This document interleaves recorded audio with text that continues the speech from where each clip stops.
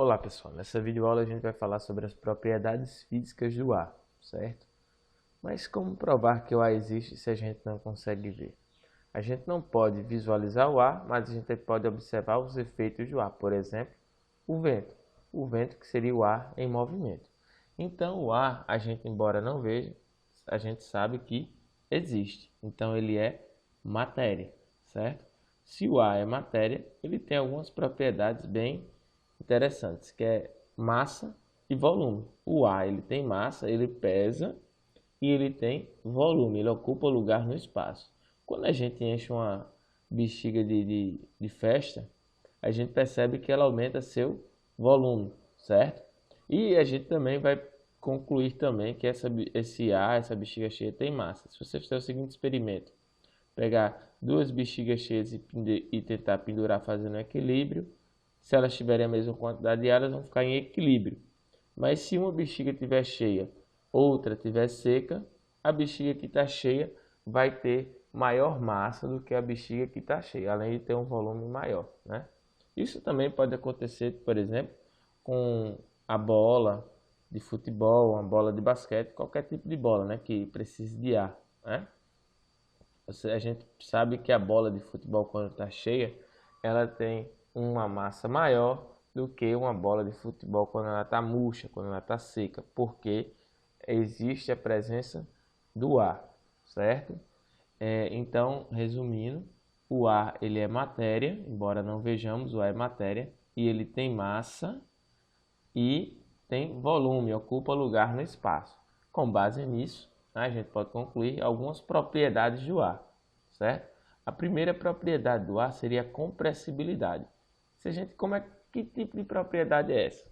É a característica que o ar tem de se comprimir, certo? Diminuindo o seu volume sem mudar a quantidade de massa que ele tem. Um experimento bem simples seria a gente pegar uma seringa e aí dentro dessa seringa a gente sabe que tem ar, porque o ar ele ocupa todos os locais no espaço. E aí se a gente pega o êmbolo e empurra, né, tapa a saída de ar da seringa e empurra o êmbolo, a gente vai perceber que o ar ele se comprime, ficando mais junto até chegar a um limite. Essa propriedade, essa característica é chamada de compressibilidade, certo? É a capacidade que o ar tem de se comprimir. Da mesma maneira que o ar tem de se comprimir, se a gente tirar a mão do êmbolo, certo? Ele vai retornar. Então, essa característica a gente chama de elasticidade. É a característica que o ar tem de retornar à sua posição inicial depois de ser retirada a força, né? Isso aí é utilizado muito numa ciência, um estudo chamado pneumática, né? Então, quem anda de ônibus já deve ter percebido isso, ou você percebe na parada de ônibus, o ônibus usa um freio que ele tem que encher um balão de gás, né? Então o ar ajuda a frear caminhões pesados também, ônibus também, né? Que ele solta aquele barulho do ar. Ou a porta do ônibus quando abre e fecha, ele também tem um cilindro lá pneumático, né? Que ele funciona a ar, né? É por isso que a gente escuta o barulhinho do ar saindo dele quando ele abre ou fecha a porta, tá certo? E a última característica do ar é a expansibilidade, é a propriedade que o ar tem, certo? De se expandir e ocupar todo o local no espaço, né? Que está em volta. Então, quando a gente enche uma bexiga de festa, o ar ele vai ocupando, então quanto mais ar tiver, mais ele se expande. Outra característica é um perfume. Se você derramar um perfume em uma sala, você vai perceber que o cheiro desse perfume ele vai se expandir por toda a sala. Por quê? O ar que está carregando esse cheiro, né, ele se expande por toda a sala. Então essa também é uma propriedade do ar, certo? Agora voltando um pouco falando um pouco sobre a atmosfera, né? O que seria a atmosfera? Porque aí a gente sabe qual a função do ar no nosso planeta Terra. A gente sabe que a atmosfera é a camada de ar que envolve o nosso planeta e ela é importante para que os seres vivos sobrevivam, né?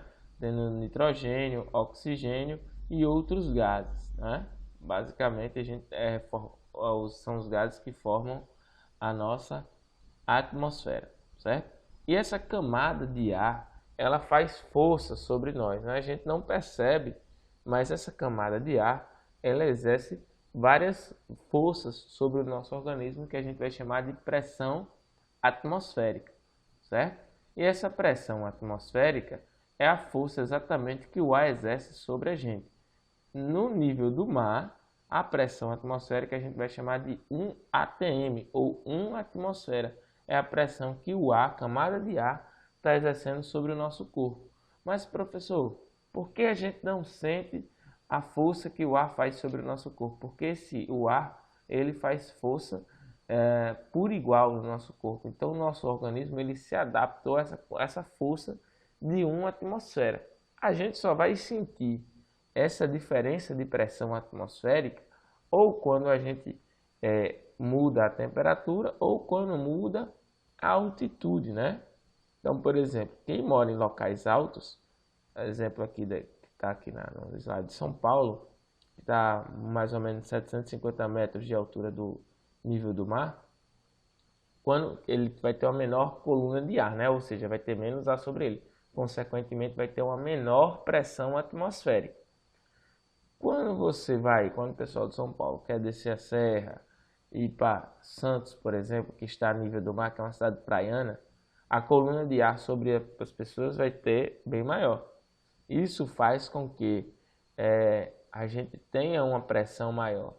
E aí as pessoas que quando saem de São Paulo para Santos relatam desconforto, desconforto no ouvido, sensação um pouco diferente justamente por conta dessa mudança de pressão. Embora seja pequena, mas o nosso corpo já sente a diferença. Outro exemplo é quando voamos de avião, né?